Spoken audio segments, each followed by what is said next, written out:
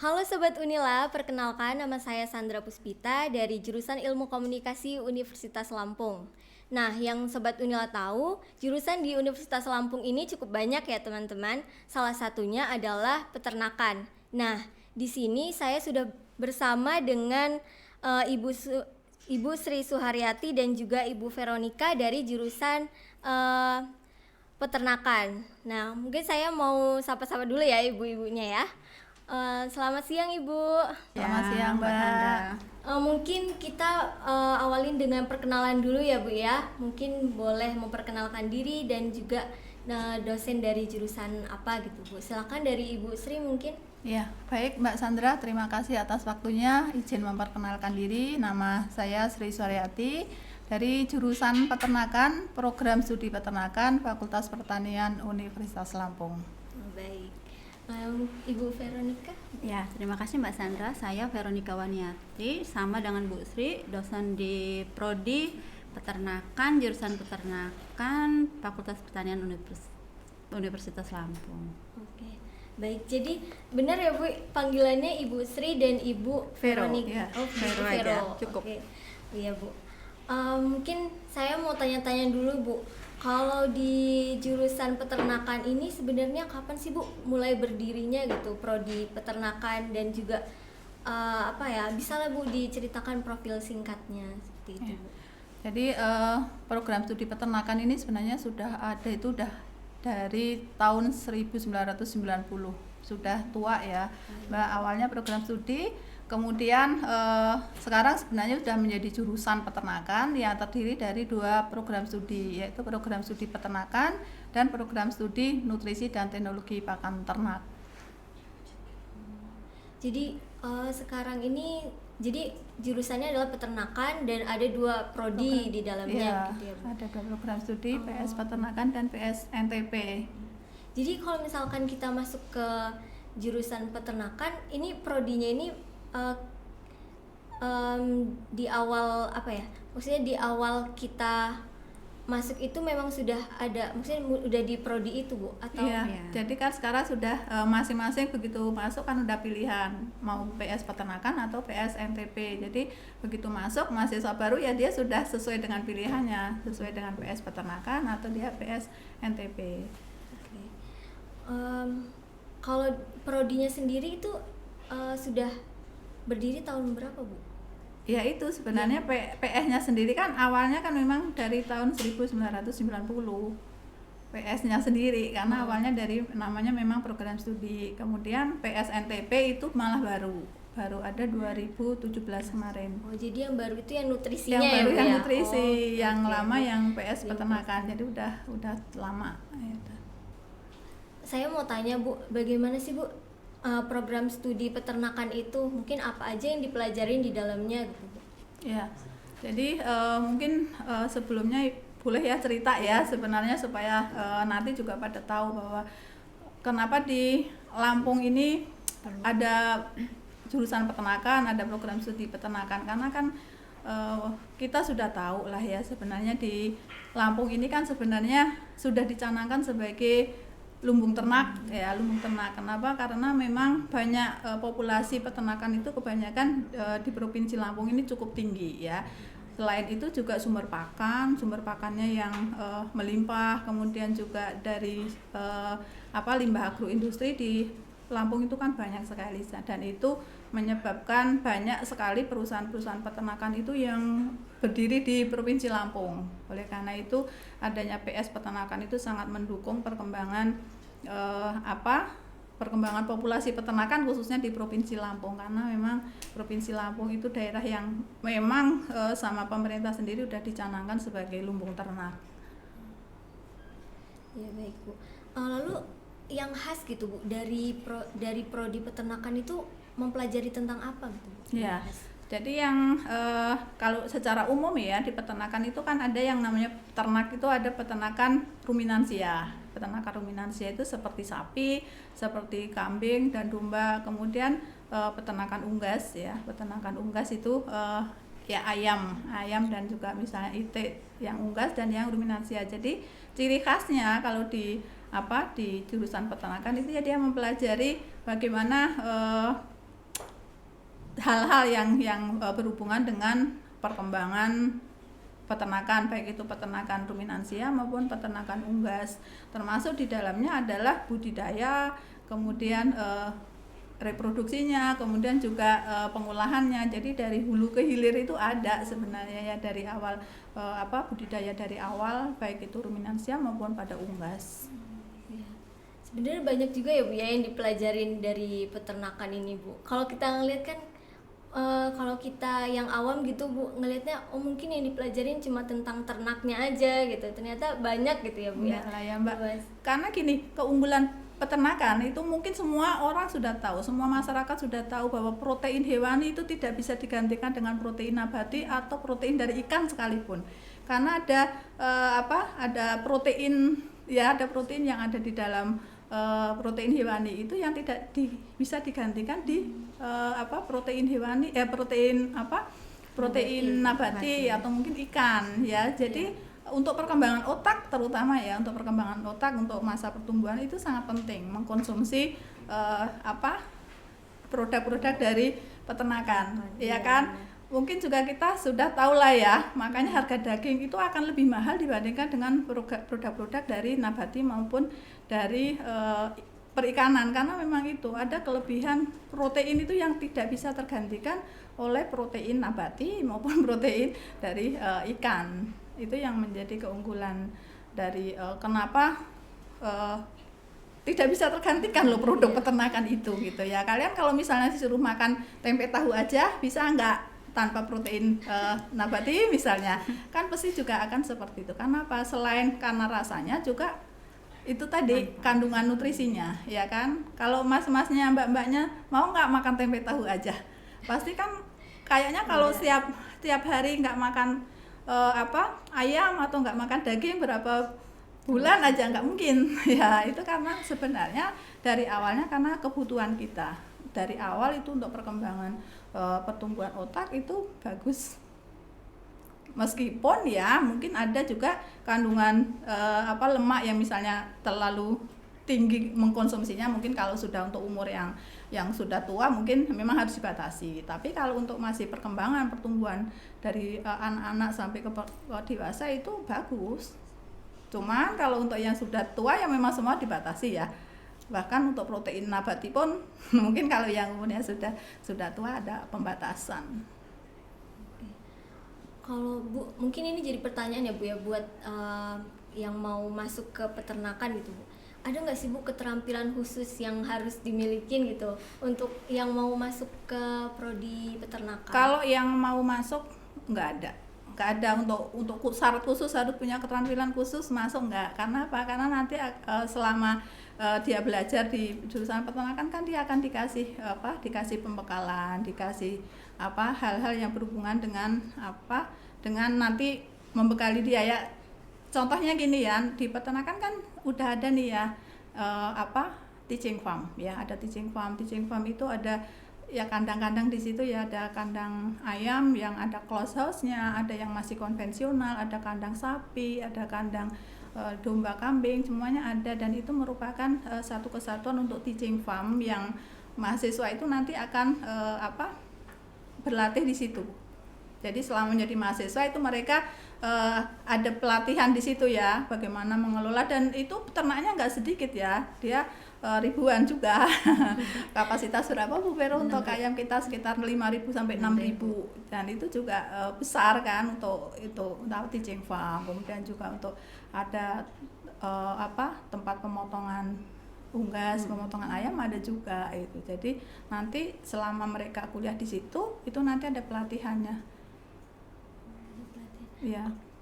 Untuk praktek itu di mana ya Bu kalau misalkan di peternakan ini? Prakteknya kita kan punya lab Mbak. Kita ada kandang tadi teaching farm. Ya, teaching farm itu ada ada lengkap, ada pemeliharaan ayam, pemeliharaan sapi, kambing, domba ada di situ lengkap. Kemudian kan kita juga punya lab ya.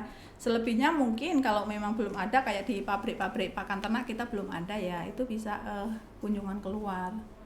Kalau untuk yang peternakan skala yang itu di teaching farm udah ada di jurusan peternakan. Teaching farmnya ada di Unilanya ya? Iya, di jurusan peternakan. Di jurusan peternakan. Ya. Oke. Em, Kalau sarana prasarana sendiri Bu di prodi peternakan itu bagaimana Bu? Sarana prasarana gedung perkuliahan, iyalah gedung perkuliahan ada 3 lantai ya, satu gedung 3 lantai. Kemudian ada lab itu ada 3 lab, ada lab produksi ternak, ada lab nutrisi ternak, dan lab fisiologi dan reproduksi ternak. Kemudian kita juga punya lab lapang terpadu yang itu memang punyanya Fakultas Pertanian ya, di bawah Fakultas Pertanian, tapi di situ mencakup untuk semua program studi, semua jurusan yang di bawah Fakultas Pertanian itu bisa menggunakan lab lapang terpadu di situ ya. Jadi itu sarana prasarananya. Kemudian juga tadi teaching farm yang sudah ya ada unggasnya, baik itu close house maupun yang masih open house. Kemudian ada kandang sapi, kandang kambing domba, bahkan ada kambing kelinci, ada kandang kelinci, Iya, ada juga ya. Jadi semuanya ada di situ ya. Paling ya kalau masjid adalah masjid ya belum selesai dibangun tapi masih masih dalam program pembangunan. lumayan lengkap ya Bu ya. Boleh, mungkin saya mau nanya ke Ibu Veronica ya Bu ya sekarang. Silakan Mbak. Kalau perkembangan jurusan Bu selama 5 tahun ini bagaimana ya Bu ya untuk peminatnya mungkin?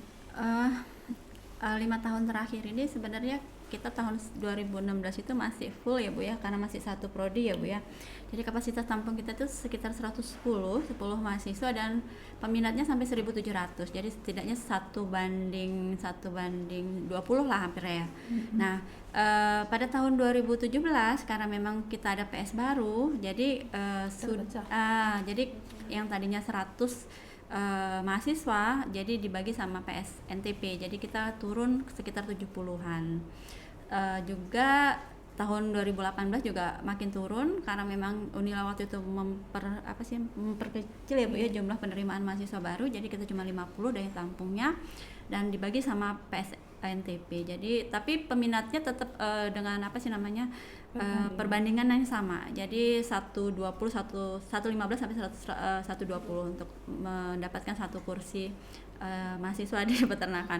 Nah, yang agak kurangnya ini Mbak Sandra adalah pada saat Corona 2 tahun terakhir ini. Jadi memang kita daya tampungnya memang menjadi 70 dan peminatnya sekitar cuma 400-an, hampir 400 sampai 500 orang. Jadi memang berkurang karena memang pada saat itu juga terkendala bahwasanya orang tua murid memang siswa kelas SMA ya Bu ya, agak ragu-ragu karena kita memang kuliahnya secara daring kan gitu kan. Jadi tapi tantangan alhamdulillah, tapi mahasiswa yang angkatan 2010 dan 2020 dan 2021 ini alhamdulillah ya Bu ya, semenjak satu semester ini sudah offline. Progresnya udah lumayan gitu. Jadi mereka udah paham banget bahwasanya di peternakan itu kita tuh punya semua, kita tuh belajar semua dari yang seperti kata Bu Sri tadi, dari hulu sampai hilir kita belajar teorinya, kita belajar cara budidayanya, kita belajar cara mengolahnya, kita belajar cara pemasarannya. Produk hasil ternak yaitu telur, susu, dan daging. Gitu Mbak. Baik Bu. Kalau mungkin bisa diceritakan Bu prestasi mahasiswanya di prodi peternakan bagaimana Bu? Aduh, ini saya agak gimana, saya izin sama KPS ya Bu ya. Saya sedikit mencatat informasi itu karena memang di tim penjaminan mutu program studi bahwasanya memanglah agak bagus tapi masih di tingkat fakultas dan universitas. Dan alhamdulillahnya kita taat ya mahasiswanya Bu ya. Jadi yang pemenangnya lah yang non akademik adalah seperti lomba MTQ gitu kan, kaligrafi itu udah Unila udah diakui lah 3 besar. Tapi kalau tingkat nasional kita kemarin itu baru mahasiswi yang tingkat storytelling di universitas swasta di Jakarta itu juara 1, dan yang satu lagi cuman ya Bu ya, lupa sih Bu apa? Finalis ya. Iya, dia membuat proposal penelitian lah gitu. Jadi dia lumayan juga top 10 gitu universitas 10 universitas yang ikut lomba pada saat itu saja untuk saat ini. Oke. Saya mau nanya juga Bu, kalau untuk prospek di Kerja. di prodi peternakan itu bagaimana Bu? Itu kan kadang kita mau masuk ke prodi, suatu prodi pasti itu Bu, Kerjanya nanti di mana? kerjanya nanti di mana Gitu. gitu. Selain jadi dosen peternakan mungkin Bu, ada nggak apa lagi gitu Bu? Baik, izin ya Bu, saya jawab. Jadi alhamdulillahnya menurut data dari UPT PKK atau tracer study-nya Unila, bahwasanya alumni peternakan itu masa tunggu untuk mendapat pekerjaannya hanya 0 sampai 3 bulan. Karena alhamdulillahnya karena kita menjalin kerjasama ya dengan perusahaan di Lampung, alhamdulillah tuh banyak sekali Mbak Sandra. Jadi dari pakan ternak, terus perusahaan budidayanya. Jadi pada saat sebelum lulus saja ada beberapa, kalau untuk mahasiswa alhamdulillah karena dia lelaki jadi langsung ditarik gitu, diterima gitu. Jadi mereka langsung menerima lulusan fresh graduate dari peternakan. Tapi nggak menutup kemungkinan bahwasanya mahasiswinya nggak diterima, itu banyak juga. Jadi minimalnya kami, mahasiswi kami adalah lulusan kami adalah bahwasanya mereka bisa berwirausaha. Setidaknya karena memang mempelajari dari budidaya sampai pengolahan dan pemasaran, minimal mereka jadi wira swasta. Jadi kayaknya jadi nggak menganggur lah gitu. Bekal ilmunya cukup untuk bisa, kalau nggak kerja dengan perusahaan atau pemerintahan, bisa berwirausaha sendiri seperti itu. Oke. Nggak akan ini ya, kalau masalah pekerjaan yang penting mau Mbak. Iya, banyak ya. Peternakan itu yang penting mau. Mungkin bisa ini ya, nggak berbangga diri nggak, tapi ini dari data yang ada ya, bisa dibandingkan dengan jurusan lain. Peternakan itu lebih paling cepat mendapatkan pekerjaan. Kalau yang dia memang mau bekerja di farm atau di perusahaan peternakan, itu paling cepat karena banyak sekali Mbak yang membutuhkan. Bahkan beberapa tahun yang lalu sebelum Covid itu malah ada yang belum lulus itu udah ditunggu. Itu beberapa bimbingan saya itu gitu. Jadi belum lulus ya, pokoknya yang penting udah ujian skripsi udah diterima duluan. Itu banyak seperti itu. Jadi nggak akan nganggur lah, seperti tadi disampaikan Bu Vero. Kita juga kesempatan untuk wirausaha itu besar.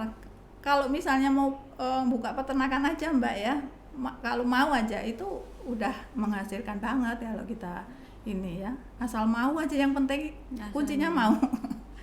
Iya Bu, benar.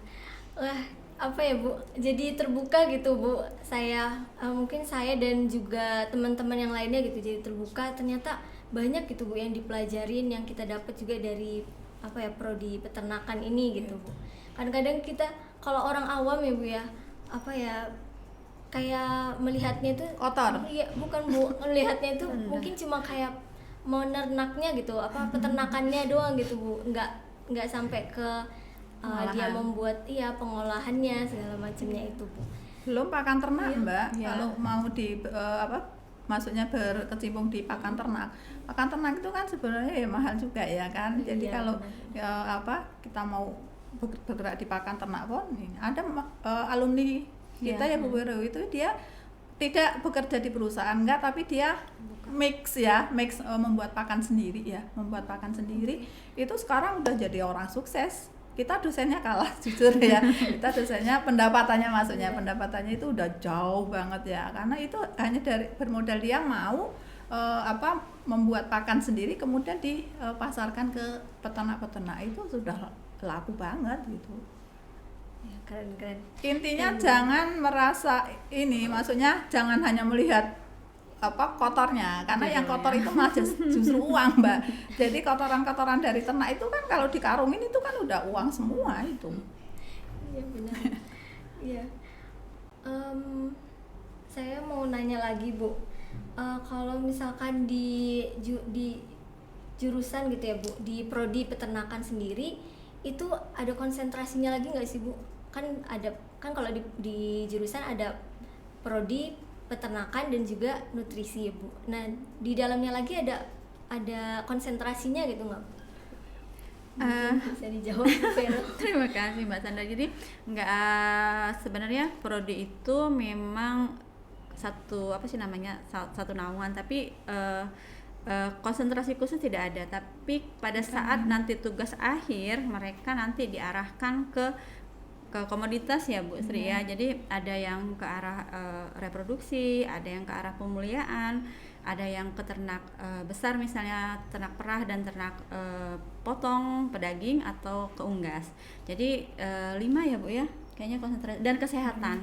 Kesehatan alhamdulillahnya tuh hebatnya adalah jurusan peternakan kita punya dokter hewan juga.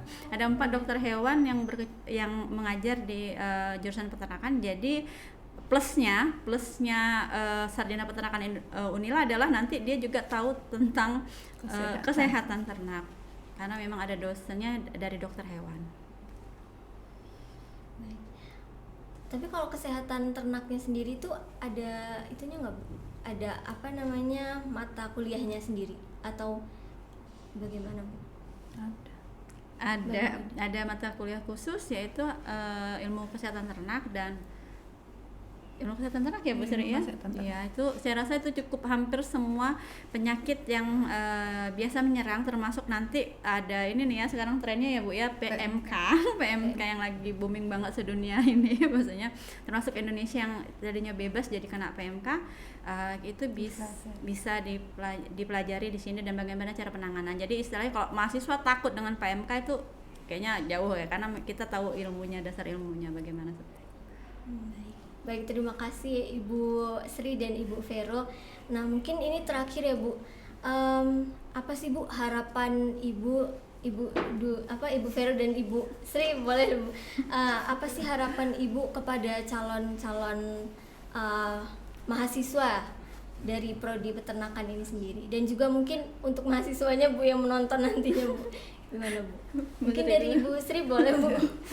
Untuk calon dulu ya, Iya. ya mungkin untuk calon mahasiswa barangkali harus membuka wawasan lagi, harus membuka diri. Tidak semua yang kelihatannya kotor itu adalah kotor ya. Tidak semua yang kelihatannya kayaknya kok gimana gitu ya, sebenarnya enggak ya. Kita kalau sudah masuk dan memang mau semuanya akan mudah ya, semuanya akan mudah. Jadi yang penting memang harus membuka wawasan dulu, membuka ini bahwa di jurusan peternakan pun program studi peternakan pun prospeknya bagus dan tidak kalah dengan yang lain. Kalau promosi kita kan seperti itu ya. Untuk mahasiswa pastinya harus meningkatkan skill ya, untuk bisa mau tidak mau tetap harus meningkatkan skill supaya bisa bersaing karena yang namanya jurusan peternakan, fakultas peternakan di luar Unila kan juga banyak, dan itu juga merupakan pesaing yang tentu kita harus menyiapkan diri untuk meningkatkan keterampilan, skill ya, untuk bisa bersaing dengan yang lain. Mungkin ada tambahan Bu dari Ibu Vero? Ya, terima kasih.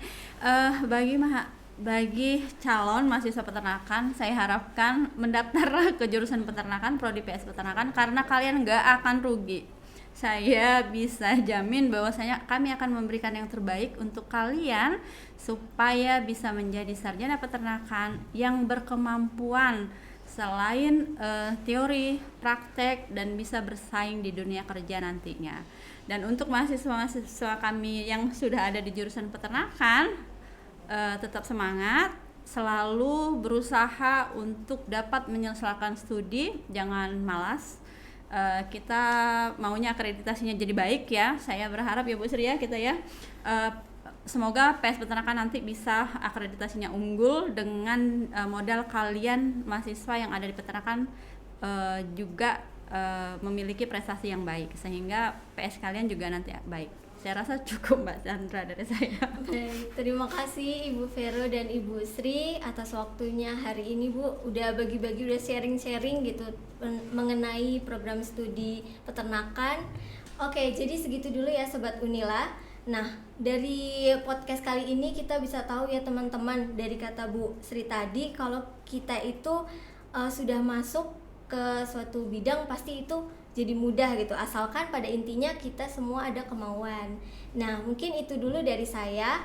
Kurang lebihnya saya mohon maaf. Wabillahi taufiq wal hidayah. Wassalamualaikum warahmatullahi wabarakatuh. Waalaikumsalam Sampai jumpa. warahmatullahi wabarakatuh.